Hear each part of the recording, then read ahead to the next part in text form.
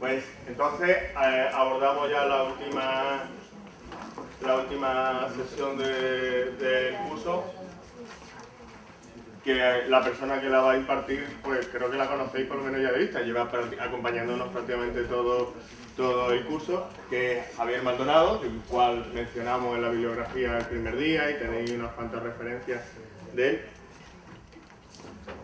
Javier es historiador y lleva desde hace un montón de años siendo el director del Centro del Patrimonio del Puerto de Santa María. Javier, os lo dije en aquel momento y lo repito ahora, es probablemente uno de los principales responsables de que la historia económica del Jerez haya evolucionado tremendamente en los últimos años, ¿no? Y los que nos dedicamos a este mundo del Jerez desde otra perspectiva, pues les estamos tremendamente agradecidos, ¿no? La labor de él y del grupo de investigación Esteban Boutelou de la Universidad de Cádiz han sentado las bases que nos permiten, a los que miramos otras cosas, entender lo que estamos viendo y lo que estamos analizando, ¿no? Yo le agradezco muchísimo que haya querido estar hoy aquí con nosotros y me callo y te dejo a ti. Buenas tardes. Muchas gracias, José Manuel, por la invitación, por la presentación tan amable. Hemos ido hoy de una sesión de 2 horas a una de 1 hora y media y yo 1 hora, como así. No tenemos más tiempo. Ayer ya José Manuel Aladro habló de patrimonio material de la zona del Jerez, principalmente de bodegas y de casas de viña. Hoy vamos a ver otro aspecto del patrimonio inmaterial y sus posibilidades turísticas.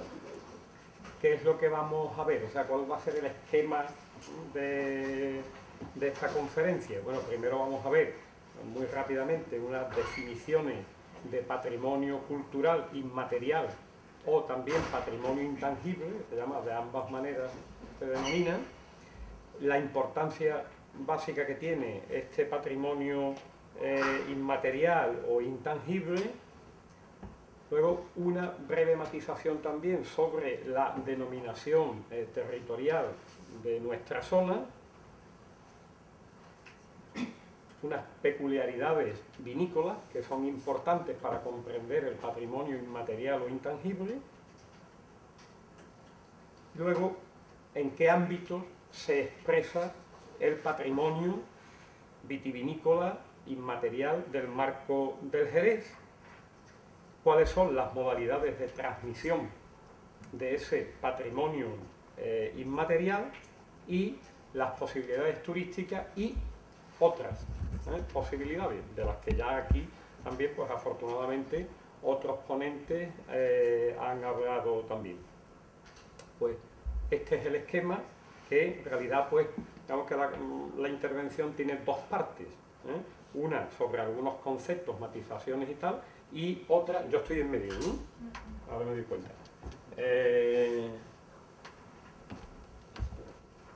Una que es de algunas cuestiones más, aspectos más conceptuales, y otra de aspectos más prácticos. Estas son las 2 partes de la intervención. Pues bien, ¿qué es patrimonio cultural inmaterial? Según la Convención de la UNESCO del año 2003, pues son tanto usos como representaciones, expresiones, conocimientos, técnicas, junto con los instrumentos, los objetos, los artefactos y los espacios inherentes a estas actividades, representaciones, expresiones, etcétera, etcétera, que las comunidades reconozcan como parte de su patrimonio cultural.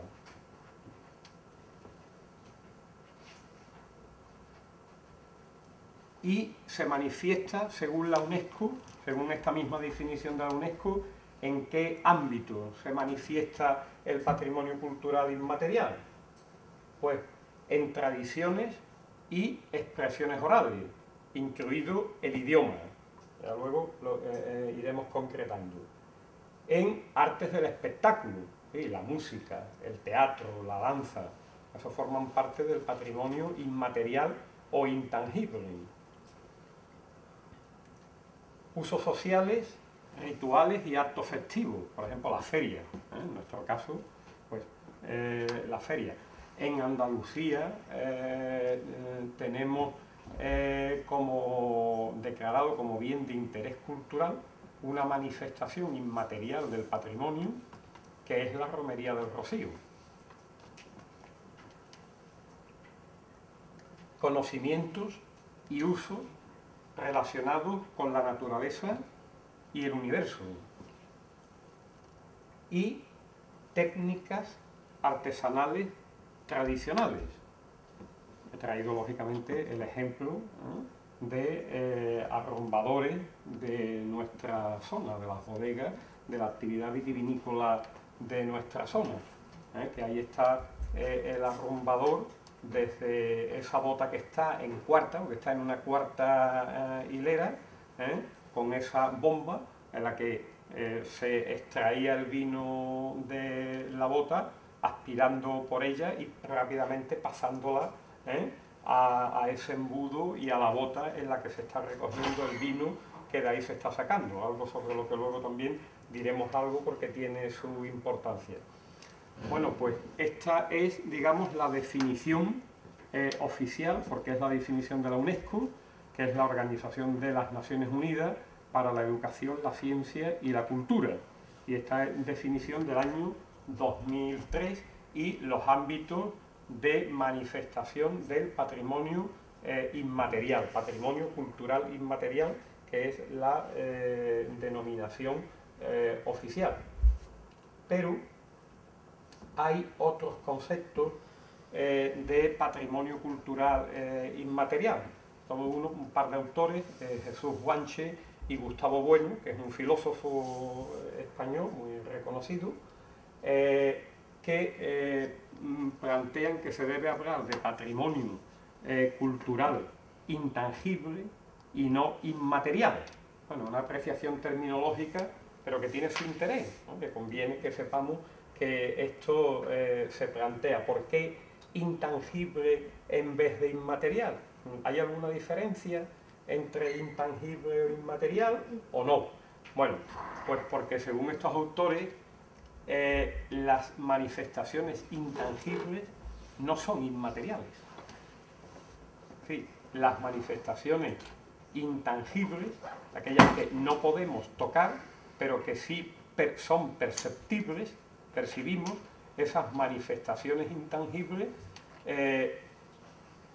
no son inmateriales, ¿no? Sino que son también formas particulares y complejas de la materia humana, y ahí falta y sociocultural.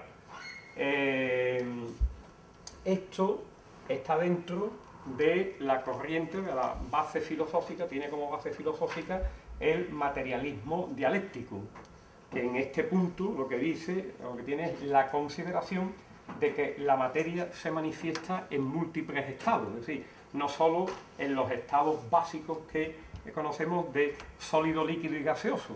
Además en esos estados, la materia se manifiesta también en otros estados, de otras formas. Por ejemplo, las ondas lumínicas o las ondas sonoras, pues se consideran desde esta corriente que son también materia. Y por lo tanto, hacen esta diferenciación entre inmaterial e intangible, es decir, una concepción mucho más amplia de qué es la materia. En cualquier caso, desde su punto de vista, desde este punto de vista, el patrimonio cultural intangible abarca los mismos ámbitos que hemos visto que abarca el patrimonio cultural inmaterial. Ese es otro concepto oficial de la UNESCO, aunque esta teoría del patrimonio cultural intangible en vez de inmaterial, es decir, intangible como material, como otra forma de la materia, pues pone el acento en la cultura popular tradicional, en todo lo que tiene que ver con la cultura popular tradicional. Entonces, me gustaría saber qué os parecen estos conceptos. ¿Os parece? Son completos, es decir, abarcan todo lo que podemos considerar el patrimonio inmaterial o intangible, es decir, no vamos a entrar en un tema ahí conceptual, pero abarcan todo o dejan algo fuera, son amplios, son limitativos. Me gustaría saber, entre que lo pensáis, ahora mismo, entre que lo pensáis, de qué estudiáis. Por ejemplo, de Derecho, ¿cuántas personas hay aquí que estudian Derecho? Qué poquito. Turismo. Administración. Historia, Humanidades. Química.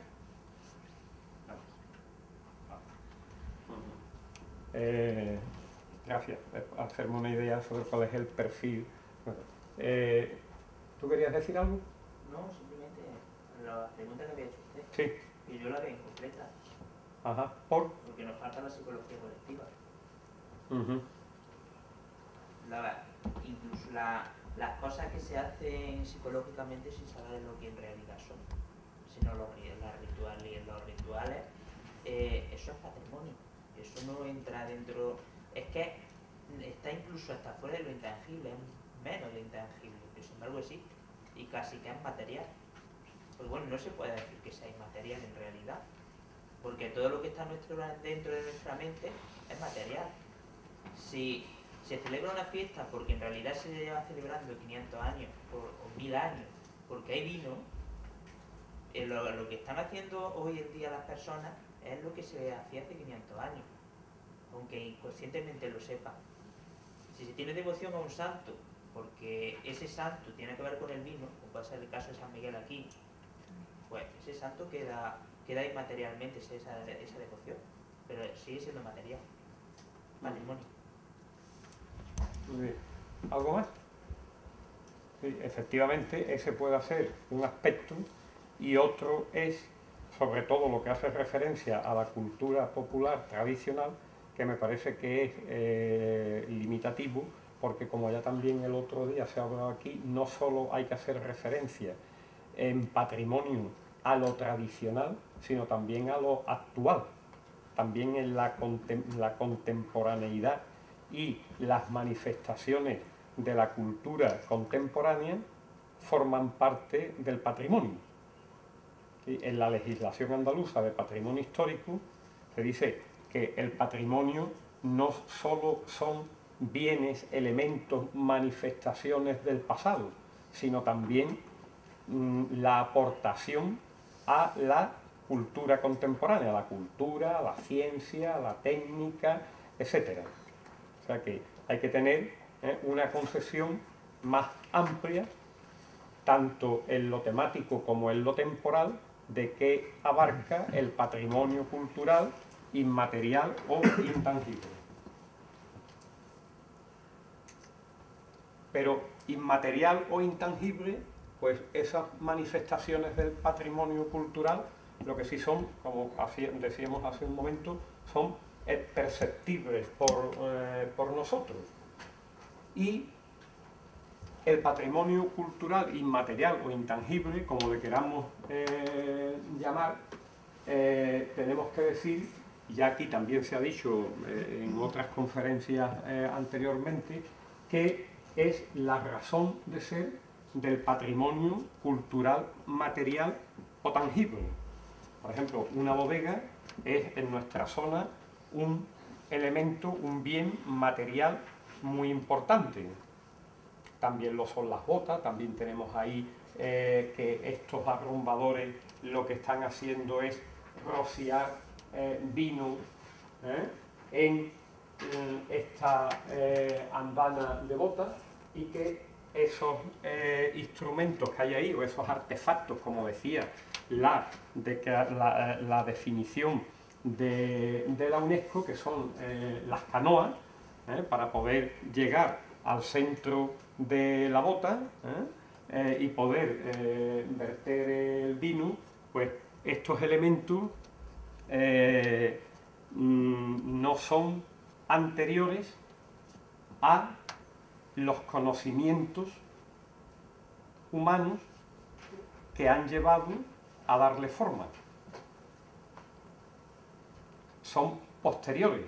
Las bodegas aquí, como explicó José Manuel Adadro, son aéreas y no subterráneas, porque después de un proceso largo de no sabemos cuánto tiempo ni cómo exactamente, esto que para los vinos de la zona era preferible, digamos que esencial, mejor dicho, criar los vinos en bodegas aéreas y no en bodegas subterráneas. Y para diseñar ese embudo que es la canoa, ¿habéis visto alguna canoa alguna vez en alguna bodega? Porque aquí no se ve muy bien, pero es un embudo de forma más o menos triangular, que tiene estas dos patas que estamos viendo atrás y luego el embudo más largo que entra en la boca debajo de la bota, que es la boca que está en el centro de la bota. Es la única manera de, en una andana de bota, poder verter el vino en las botas, porque no habría con otro embudo, con un embudo normal, no se puede hacer porque el embudo no cabe. Entonces, los arrumbadores, la gente que ha trabajado desde tiempo atrás en bodegas, pues los capataces de bodegas, etcétera, han ingeniado ese instrumento, ese artefacto, esa herramienta, si queremos también llamarla así, para poder hacer la faena de verter, de rociar, que es exactamente como se llama, rociar vino en la bota. Eso supone mucho tiempo de reflexión, de ensayos, etcétera, para ver cómo se hace ese artefacto que nos sirve para esa faena. Por lo tanto, eso, el conocimiento, la experiencia, la reflexión están antes que son patrimonio inmaterial o intangible, son antes en el tiempo que las manifestaciones materiales y son la razón de esas manifestaciones materiales. De tal manera que sin el patrimonio cultural inmaterial o intangible, pues no sería posible el patrimonio material o tangible, como le queramos llamar. No os he dicho, pero si en algún momento queréis parar para un comentario, para una pregunta, pues lo hacemos. Bien, hemos terminado con la definición, en líneas generales, con la importancia del patrimonio inmaterial o intangible, y ahora, pues, una matización terminológica, porque es importante, sobre nuestra zona. Marco de Jerez o marco del Jerez. Bueno, no es ninguna tontería, si estamos hablando de Odel. ¿A qué nos estamos refiriendo? ¿Por qué? Porque nuestra zona vitivinícola está formada por una serie de localidades, las principales de las cuales son el llamado Triángulo Superior del Jerez, se llama Triángulo Superior del Jerez por el vino de Jerez, que son Jerez de la Frontera, el Puerto de Santa María y Sanlúcar de Barrameda. Pero luego hay otras también, ¿no? Por ejemplo, Chiclana, Chipiona, Trebujena, incluso una localidad que no es de la provincia de Cádiz, sino de Sevilla, Lebrija. Hay pagos vitícolas de Lebrija que están dentro de la denominación Jerez-Sherry. O sea, de donde los vinos que de ahí se obtienen, sí en Jerez, en el puerto, en Sanlúcar, se crían en bodegas, tienen la denominación de origen Jerez. Perdón. Pero sin incluir siquiera Lebrija, pues hay localidades que forman parte de la comarca Bahía de Cádiz y otras que forman parte de la comarca del Bajo Guadalquivir, como son, por ejemplo, Trebujena, Sanlúcar y Chipiona. Es decir, que nuestra zona vitivinícola es muy compleja porque está integrada por localidades de diferentes comarcas e incluso por localidades de dos provincias, no solo de la provincia de Cádiz. Y lo que en realidad en la zona existe, el único o el principal vínculo de unión de la zona es el vino. El vino de Jerez, que se conoce con el nombre de Jerez, aunque abarque otras localidades, porque así fue visto desde fuera de nuestras fronteras, sobre todo desde el Reino Unido, como un vino de calidad, como un vino apetecible al gusto británico, y entonces habla de vino de Jerez, lógicamente simplificando al vino de la localidad y de otras localidades cercanas. Por lo tanto, hay que hablar de marco de Jerez y no de marco de Jerez. Sí, esto también forma parte del patrimonio inmaterial o intangible. Esta concepción de cómo somos, qué es la zona, cómo se estructura, cuáles son las localidades, qué relaciones hay entre ellas. Y otra, ya hizo ayer referencia José Manuel Aladro a ella, y por lo tanto no me tengo que extender, que es una información, que ya sé yo de que en nuestra zona viñas y bodegas son unidades de producción separadas espacialmente. No es el modelo de la mayor parte de las zonas vitivinícolas del mundo, de Burdeos, Rioja, Ribera del Duero, etcétera, que en un mismo espacio está la viña y la bodega de ese viñedo.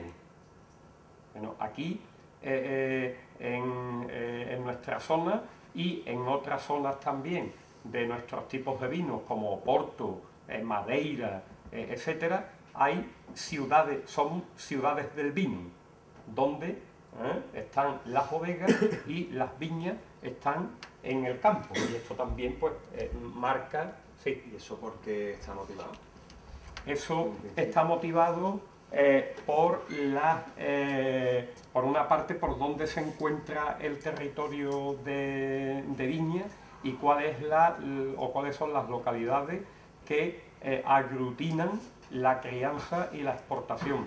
En el caso de Oporto, ahora hablaremos del de Jerez, está clarísimo porque el vino que conocemos como vino de Oporto, en realidad ni se produce ni se cría en Oporto. Por eso pongo primero este ejemplo.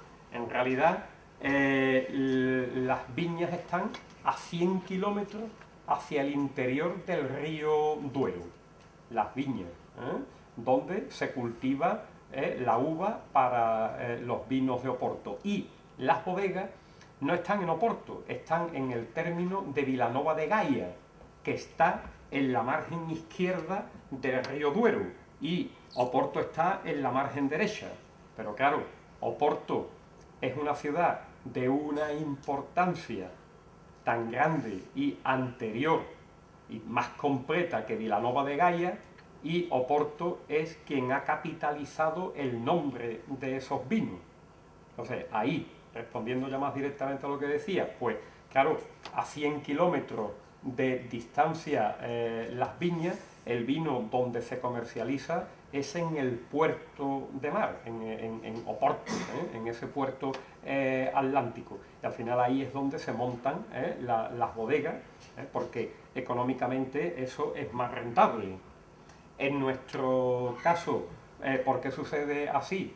Porque las viñas de suelo de albariza, que son las de mejor calidad, están también en lo que antiguamente ya denominaban nuestros antepasados las afueras.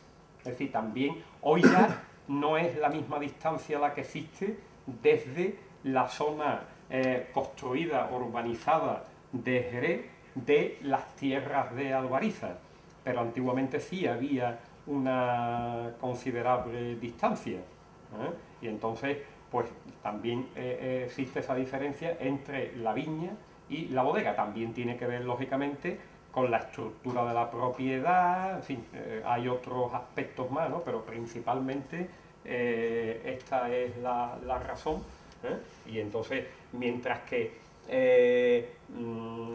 Logroño, por ejemplo, pues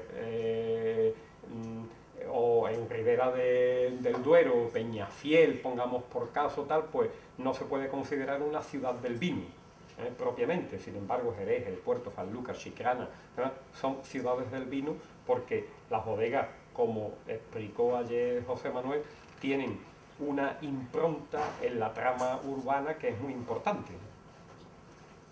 Bueno. Terminando con la primera parte, que es la más general, ¿no? Peculiaridades vinícolas. Bueno, nuestra zona produce vinos blancos, marco del Jerez, estamos hablando, ahora veremos, o sea, lo que es denominación de origen. Jerez, Jerez Sherry son vinos blancos. Incluso el Pedro Jiménez, que tiene un color muy oscuro, no es un vino tinto, es un vino blanco. Vino blanco principalmente generoso y generosos de, o sea, generosos y generosos de licor. ¿Qué es esto? ¿Verdad? Generoso quiere decir que un vino tiene una graduación alcohólica generosa, es decir, por encima de la que tienen o de la que venían teniendo los vinos blancos y tintos de mesa. Porque los vinos blancos y tintos de mesa, pues hasta hace muy poco, ahora esto está cambiando, pues podían tener 12 grados, 12 grados y medio, 13 grados, esto era más o menos la graduación alcohólica para los vinos blancos y tintos. Hoy desde hace unos años está cambiando el concepto y ya se considera que un vino tinto, para que sea de calidad, tiene que tener un poco más de graduación alcohólica, y entonces ya hoy los grandes vinos tintos tienen 14 grados y medio, incluso 15 grados, que son los mismos que tiene el fino, y la manzanilla, que tienen 15 grados. Pero anteriormente, como esto no era así, a los vinos de una mayor graduación alcohólica a la de estos vinos comunes, blancos y tintos de mesa, pues se le daba el nombre de vinos generosos. Y que son el fino, la manzanilla, el amontillado, el oloroso, son vinos generosos. Y vinos generosos de licor, pues estos mismos vinos, pero combinados, por ejemplo, pues con otros vinos o con mosto concentrado, para dar lugar, por ejemplo, al crean, o a uno de los tipos, vamos, etcétera. Así, ya esas son variaciones, no vamos a entrar, pero para que esto se sepa que lo mismo que tenemos, como explicaba ayer José Manuel, una arquitectura del vino que es específica, es que también tenemos unos tipos de vino de los que hay muy pocos en el mundo, es decir, que solo hay unas cuantas zonas vitivinícolas, esta que hemos dicho, de Oporto, de Madeira, Marsala, que producen estos tipos de vino generosos y generosos de licor. Y es también muy importante las peculiaridades que hay en los tipos de crianza. No todos los vinos se crían, algunos vinos se consumen el mismo año de su cosecha, y los que se dejan envejecer o criar, pues es eso lo que se somete a crianza, pero hay distintos tipos de crianza. En los nuestros hay dos tipos de crianza. La físico-química, oxidativa, que es dejar el vino en contacto con el aire, en el interior de la bota, pero están en contacto con el aire porque hay un vacío en la superficie, hay una cámara, entonces ahí está actuando el oxígeno del aire y se produce un fenómeno de oxidación. El vino va tomando color a medida que pasa el tiempo, etcétera, etcétera. Y hay otro tipo de crianza que es realmente la más interesante y más característica de la zona, que es la biológica bajo velo de flor. Este es el tipo de crianza del fino y la manzanilla. Como vemos aquí en esta imagen, en el interior de las botas, sobre la superficie del vino, tenemos ahí una capa. ¿De qué es esta capa que hay ahí? Pues es una capa formada por levadura, que son microorganismos, que solo percibimos a los humanos, solo son perceptibles si se agrupan muchas levaduras.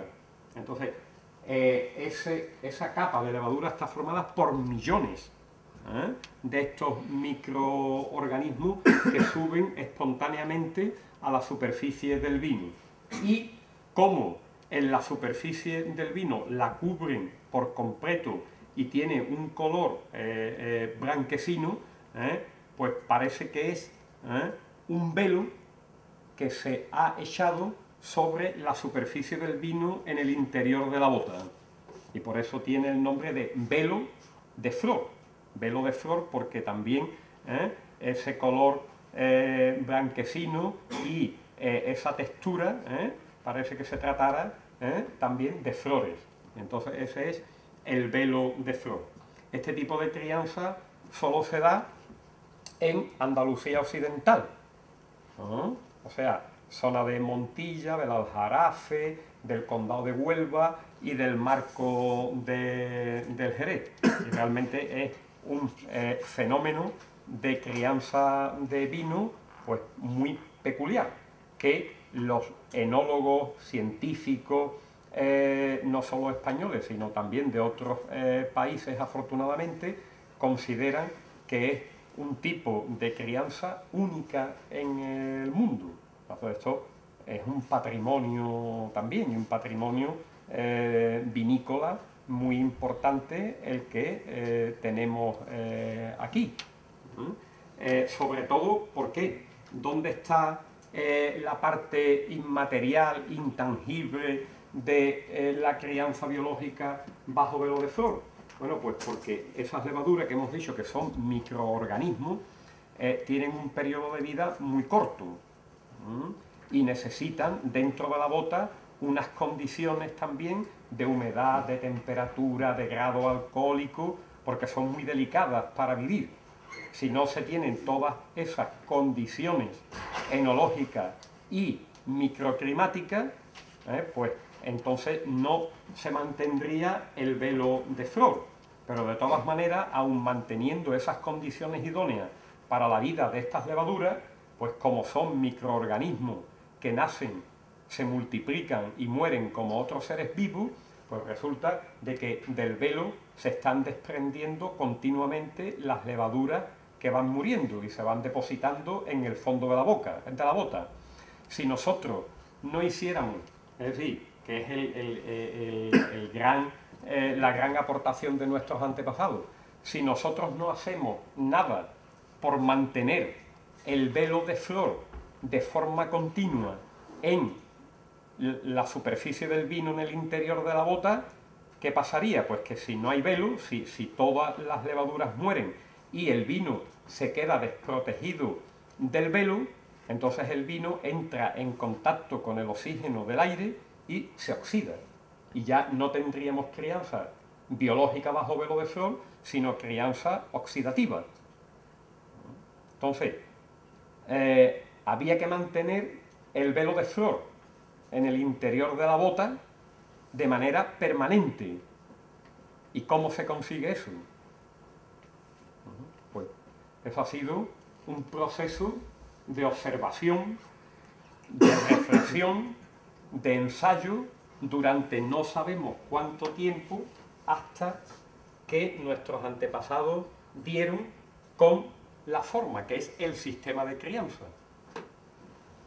¿Qué sistema se sigue? Bueno, pues hay un sistema de añada, que es un sistema estático. Los vinos de cada cosecha envejecen sin combinarse con vinos de otras cosechas. Eso, los vinos de mesa, los vinos tintos, pues hay que mirar en la etiqueta la añada o cosecha de 2003, del 4, del 5, incluso, como no se lo vamos a saber de memoria de cada zona vitivinícola, si la cosecha ha sido buena, mala, regular o excelente, hay unas tarjetitas donde dicen por cada zona vitivinícola cómo ha sido la cosecha de ese año. Y entonces, porque si no podemos tomar un vino bien. Sin embargo, aquí nuestro sistema de crianza es dinámico, no es estático, es un sistema dinámico en el que se combinan vinos de distintas cosechas o añadas para hacer un vino homogéneo, independientemente de cómo sea la cosecha de cada año. Ese sistema dinámico es el de solera y criadera, que básicamente pues, es a una andana de bota como tenemos aquí, está organizada en hileras. En este caso es, por ejemplo, 3 hileras. La hilera que está más cercana al suelo recibe el nombre de solera. Precisamente se llama solera porque es la que está más cercana al suelo. De ahí sencillamente viene el nombre, solera. Y luego la segunda hilera es la primera criadera, la tercera hilera es la segunda criadera y podemos tener tercera criadera, cuarta criadera, quinta criadera, las criaderas que se quieran y que el vino soporta desde luego también tener. Y el sistema es que cuando se va a sacar vino para consumir, para comerciar con él, pues se saca vino de las botas de solera. De todas las botas, la misma cantidad. Se combina en un depósito, que antiguamente era una bota, la imagen que veíamos antes del arrumbador que estaba sacando desde cuarta, desde una tercera criadera, con esa bomba, estaba sacando vino y llevándolo a una bota que había en la calle de la bodega. Eso era lo que hacía de depósito. El vino ese se hace todo homogéneo y entonces ya pasa para embotellado, etc. El vacío que se ha producido en las botas de solera se rellena con vino de la primera criadera. O sea, igual, se saca la misma cantidad de cada bota, se combina para homogeneizarlo y ahora se repone ese vacío en la solera mediante la faena que se llama rociar o rocío. Rociar el vino. Cuando se saca, pues se le llama así, saca y rocío. El vacío que se ha producido en la primera criadera, pues igual, se repone con el vino de la segunda y así sucesivamente. Y el vino del año de la cosecha entra por la última de las criaderas. Este sistema, ¿por qué permite mantener el velo de flor continuamente en el interior de las botas de fino y de manzanilla? Porque se produce lo que se llama la corrida de escalas, y el vino más joven va corriendo sucesivamente escala en este sistema, en un intercambio por el cual el vino más viejo que hay en el interior de las botas ayuda al vino joven a criarse ¿no?, más rápidamente que si lo hiciese de forma estática, y por otra parte porque el vino joven, como todo lo joven que es más vigoroso, que tiene más vida, tiene más vigor, pues ayuda, aporta nutrientes a el vino más viejo y hace que en ese intercambio y en ese corrida de escala de sacar vino y meter vino, el velo se mantenga de forma permanente en el interior de las botas. Si no, probablemente solo podríamos tener velos de flor durante unos meses en el interior de las botas. Bueno, y poder criarse vino mediante ese sistema de crianza biológica bajo velo de flor. Creo que realmente, es decir, tenemos algunas ideas, pero no sabemos mucho de esto.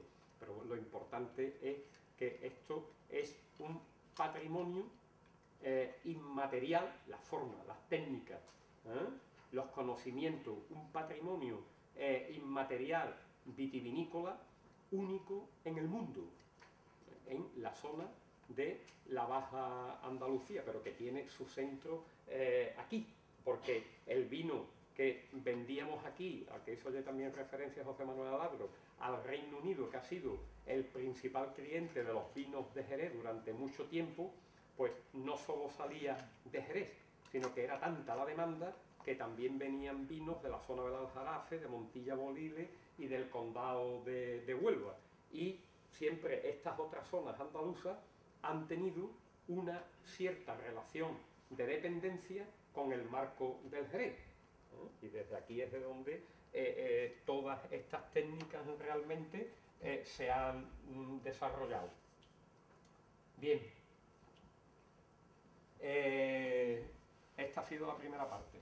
Segunda, ¿en qué ámbitos se manifiesta el patrimonio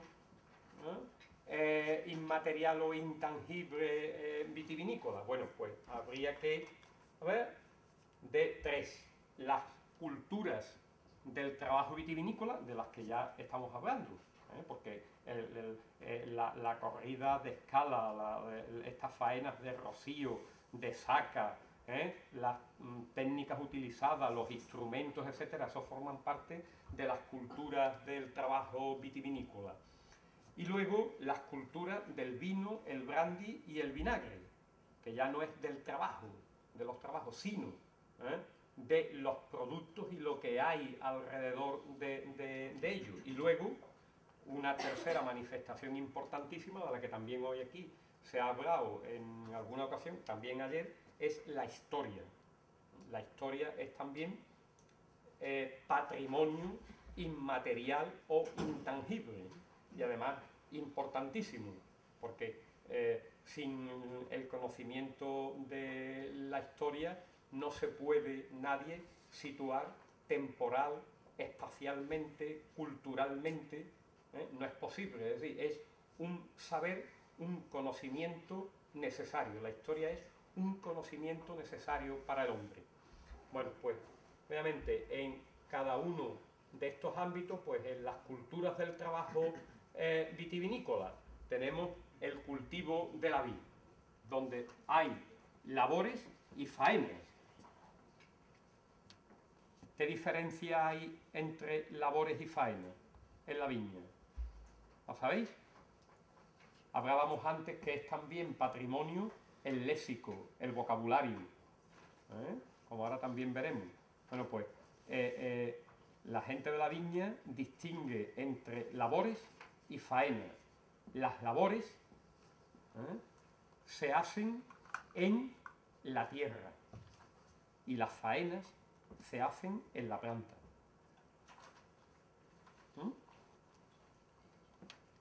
Si es, por ejemplo, cavar para preparar para la recogida de agua, por ejemplo, ¿no?, para que luego la planta vaya suministrándose, o sea, bebiendo, tomando ese agua a lo largo del ciclo vegetativo, pues esa será una labor. Si hacemos una poda o un injerto en la planta, pues es una faena. En la elaboración y crianza de vinos, brandis y vinagre, pues tenemos los arrumbadores, las técnicas, principalmente estas de las que hemos hablado anteriormente y que por lo tanto no vamos a insistir en ellas. También la fabricación de envases, botas, botellas y el mismo embotellado, pues eso forma parte también del patrimonio inmaterial o intangible, es decir, lo que son los conocimientos para hacer una bota, que es algo muy difícil. Hacer una bota de vino es muy difícil, requiere unos conocimientos y unas técnicas que solo, claro, conocen quienes se dedican a ello, los toneleros, que no son unos carpinteros cualquiera. Un taller de tonelería no es un taller de carpintería cualquiera, o sea, es un trabajadero de tonelería, que es la denominación también que se le da en la zona. Luego veremos también algo más sobre esto.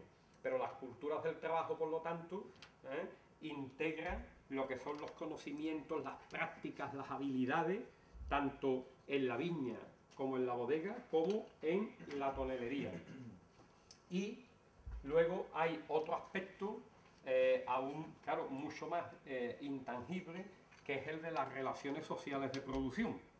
Es decir, en el trabajo, ¿no?, las personas nos relacionamos entre nosotros, pues claro, dependiendo de si los medios de producción son de propiedad privada o de propiedad colectiva.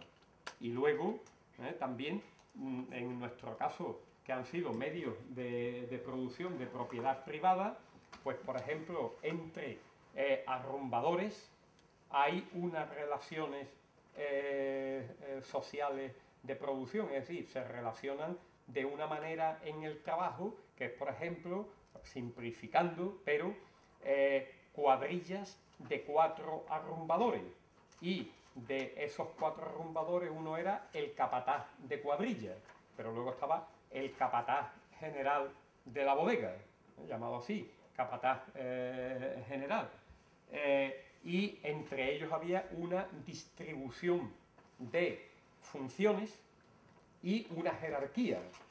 Bueno, ese es un mundo interesantísimo, lo mismo que ocurre en la viña, que también hay esa organización del trabajo, y lo hay en la tonelería, cosas en las que lógicamente no podemos entrar porque tampoco es ese el objeto, ni habría tiempo suficiente en la conferencia para hablar de esto, pero que es un aspecto importantísimo del patrimonio inmaterial o intangible vitivinícola de nuestra zona.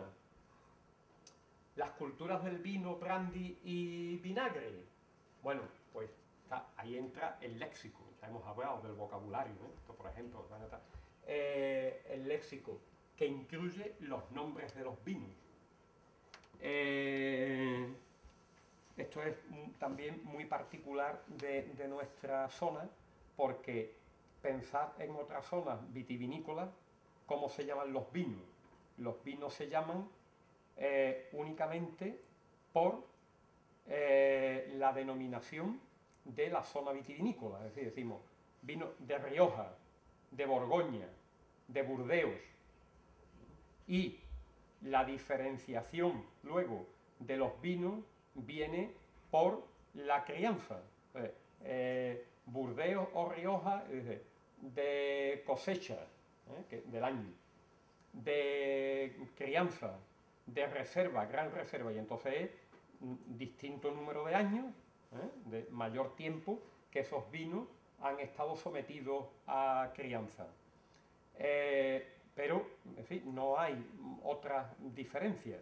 Sin embargo, nuestros vinos todos tienen nombres propios: fino, manzanilla, amontillado, oloroso, moscatel, Pedro Jiménez, Crea, o Cream, Pale Cream, Medium. Cada uno tiene su nombre propio. Es también un tema interesantísimo y forma parte también de ese patrimonio inmaterial, pero no podemos entrar únicamente desde una cosa. El más interesante de todo es el nombre del fino. Pues, fino, ¿qué es?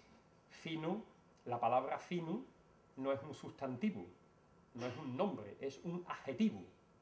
¿No? Se dice de algo que es fino, que tiene finura, es un adjetivo. Bueno, pues aquí en nuestra zona se produjo ese es un fenómeno tan interesante como que un adjetivo, el adjetivo fino, se convirtiese en sustantivo, se convirtiese en el nombre de uno de nuestros vinos, precisamente del más característico, del de crianza biológica. Porque cuando los capataces clasificaban los vinos, que solo hacían verlos y olerlos, pero no probarlos, con eso era suficiente para los capataces, con eso se bastan para saber clasificar los vinos, ¿no? Decía, este vino vasto, este vino fino, y no sabemos tampoco exactamente cómo, pero hubo un proceso durante un tiempo, al final del cual la principal característica, ¿no?, que se atribuía, la principal cualidad, mejor dicho, que se atribuía a ese vino, que era el de ser un vino fino a el olfato, se convierte en el nombre del vino. Cada uno de estos nombres tiene su historia. Ahora estoy precisamente haciendo algo sobre eso. Sobre lo del fino ya hice algo en un artículo y ahora estoy haciendo sobre los otros también porque son muy interesantes, el nombre de amontillado, de oloroso, todo esto. Bien, bueno, entra también aquí en la cultura del vino, pues el refranero. Ahora hay uno que está cercano, que es por San Andrés, el mosto vino es. San Andrés es el 30 de noviembre. Aquí cuando la uva, el mosto, o sea, se pisa la uva, el mosto fermenta, una vez que ha fermentado ya es vino, pero aquí seguimos llamándole mosto. Y entonces ese refrán de por San Andrés, el mosto vino es, ya se considera que el mosto ya se ha hecho vino. Literatura, o sea, la poesía, la narrativa, sobre el vino, sobre el brandy, eso es también patrimonio, manifestación de patrimonio inmaterial o intangible. Esta estrofa de los hermanos Cueva, con qué elegancia ingénita de banderillero impar levantan la mano, vuelven la muñeca y tiran garacullos dorados a los morrillos del cristal. ¿A qué se referirá esto? ¿A qué? A la caída del vino, ¿no? ¿A la caída del vino dónde? Cuando sacan el vino de una bota para meterlo para embotellarlo. No, de una bota no. De la venencia. De la venencia, cuando el venenciador, el movimiento que hace el venenciador, está ahí con esa elegancia génita de banderillero. Levantan las manos los banderilleros con las banderillas, ¿no? Porque el banderillero que va con las manos bajas, ese no es un buen banderillero, hay que levantar, pues hacen esta comparación, garacullos dorados a los morrillos del cristal. Ahora luego veremos también algo de esto.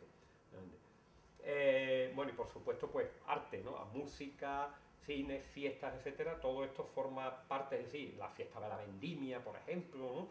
Ahí también hay, y el consumo, es decir, también hay una cultura del consumo. En fin, probablemente en las dos últimas generaciones esto se ha perdido más, pero en fin, hace un tiempo nuestros padres nos enseñaban cómo se tenía que beber. Se bebía en las casas normal y también en la calle, etcétera, pero los padres nos enseñaban cuándo podíamos y cómo había que tomar una copa y de qué manera, o sea, daban unas pautas que sin embargo luego pues ha habido ahí una pérdida de esa cultura del consumo en unos años porque se han introducido otras bebidas, ha habido cambios de gustos, etcétera, y eso se ha perdido un poco, pero forma parte también de esa cultura inmaterial. Tercera, historia, integral de la vitivinicultura. Es decir, que la historia es muy importante, como hemos dicho antes, porque la historia no es que nos sirva para copiar, para seguir lo que se ha hecho anteriormente, no. Pero sí que nos sirve para situarnos mejor en el presente y para proyectar mejor el futuro. El conocimiento histórico, por lo tanto, es imprescindible. Un conocimiento que tiene que ser de los procesos históricos y de los protagonistas, que tiene que ser de la economía, la política, la sociedad. Nos estamos refiriendo a la historia de la vitivinicultura, de los productos y de las técnicas. Lo que se hablaba ayer José Manuel de la crisis del sector vitivinícola de nuestra zona, de otras, pero particularmente porque estamos aquí, de la nuestra, es un tema muy complejo que tiene causas de de variado tipo, en lo que tampoco podemos entrar. Solo os voy a decir una cosa porque es importante y se refiere a lo que tú has dicho de la psicología social, y es que desde hace unos años se tiene la idea de que en Jerez, en la zona del Jerez, en el marco del Jerez, es que se va a perder el viñedo, porque se han arrancado muchas viñas, se siguen arrancando, y es que se va a perder el viñedo, ¿no? O sea, en algunas personas hay esa preocupación, y entonces, ¿por qué? Bueno, pues porque teníamos en los años 70, teníamos 22.000 aranzadas de viñedo, y en los años 80 pasamos a tener 11.000 aranzadas de viñedo, y entonces, como esto sigue así, se va a perder. Pero es que no es cierto, es que el punto de comparación es erróneo, porque la viña, la superficie de viñedo, creció de 11.000 hectáreas, he dicho aranzadas, pero son hectáreas, de 11.000 hectáreas en los años 60 a 22.000, al doble en los años 70. Es decir, en 8 o 9 años la superficie de viñedo se duplicó, y ese crecimiento que hubo en esos años 60-70 no respondía totalmente a la demanda de vino de Jerez, sino que hubo movimientos especulativos, porque se cobraban primas a la exportación, y en realidad se exportaban vinos que se quedaban en los almacenes de los muelles británicos, pero que no tenían venta. Cuando se descubrió la situación, había un stock de 1 millón de botas de vino en los almacenes de los muelles británicos, pero se habían cobrado las primas a la exportación, y todo una serie de movimientos especulativos. Entonces nosotros tenemos que tener en cuenta que en los años 1960 anteriores, hasta principios de siglo, finales del siglo XIX, la superficie media de viñedo en el marco del Jerez era de 11.000 hectáreas. Y esa es la referencia que tenemos que tomar. Hoy, si estamos en 10.000, pues sí, hemos bajado, pero hemos bajado de 11.000 a 10.000. ¿Podemos bajar 1.000, 2.000 más? Sí, bajaremos entonces de 11.000 a 8.000, que era lo que había a mediados del siglo XVIII. Pero no podemos decir que hemos bajado de 22.000 a 8.000, porque nos estamos equivocando, engañando nosotros mismos. No es cierto, el punto de comparación tiene que ser otro, no se puede contar ese movimiento especulativo. Bueno, por supuesto tiene que ser también historia de la cultura, y quiere decir que tiene que ser una historia integral y que excluya tópicos y invenciones publicitarias. esto es un mal endémico no solo en nuestra zona, sino en otras zonas vitivinícolas.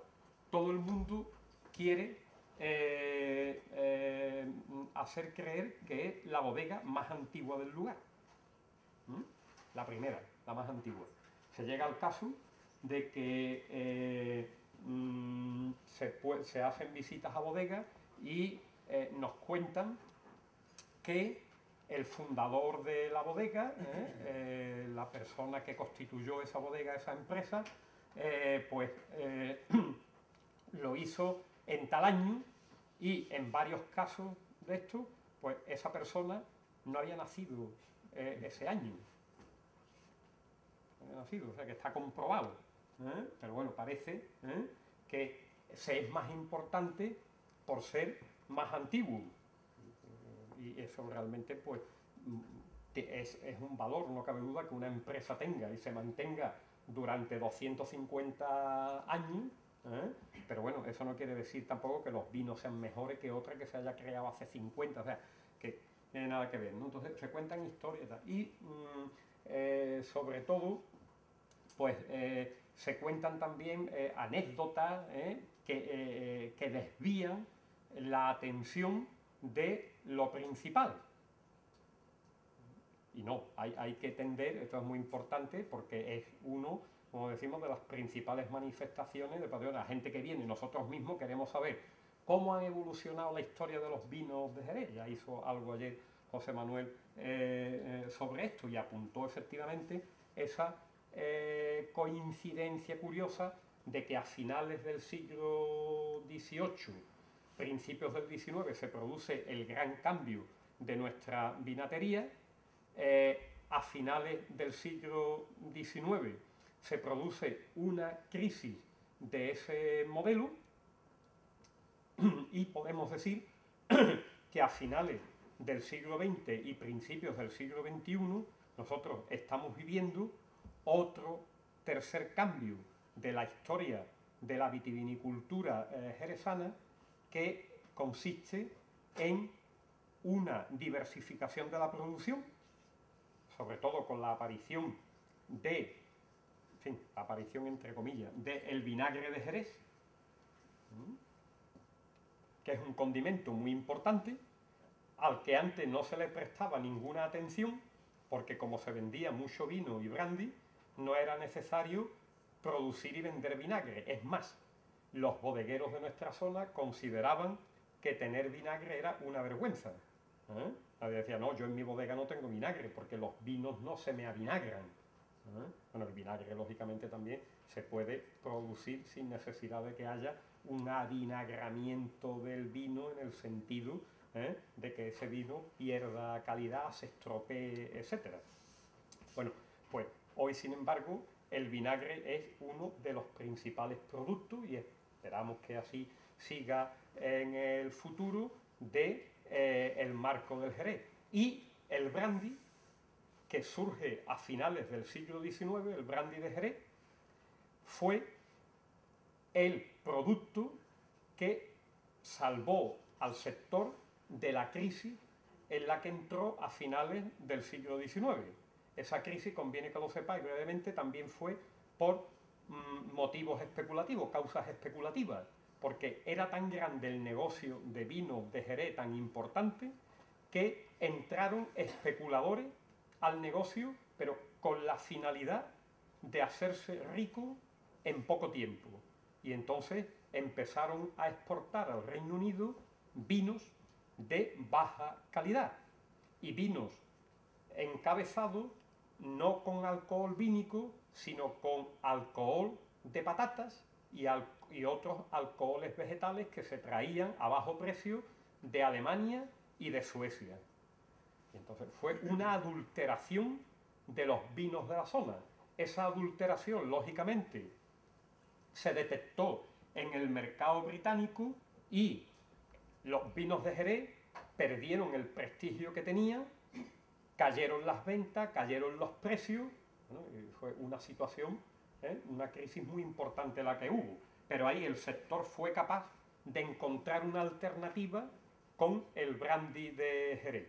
Ahora tenemos el vinagre la categorización de los vinos también, de más de 30 años, de más de 20 años de vejez media, etcétera, etcétera, y otra diversificación fuera de la denominación de origen Jerez Jerez Sherry, que es la de la producción de vinos blancos y vinos tintos de mesa, donde se están haciendo ya vinos de mucha calidad.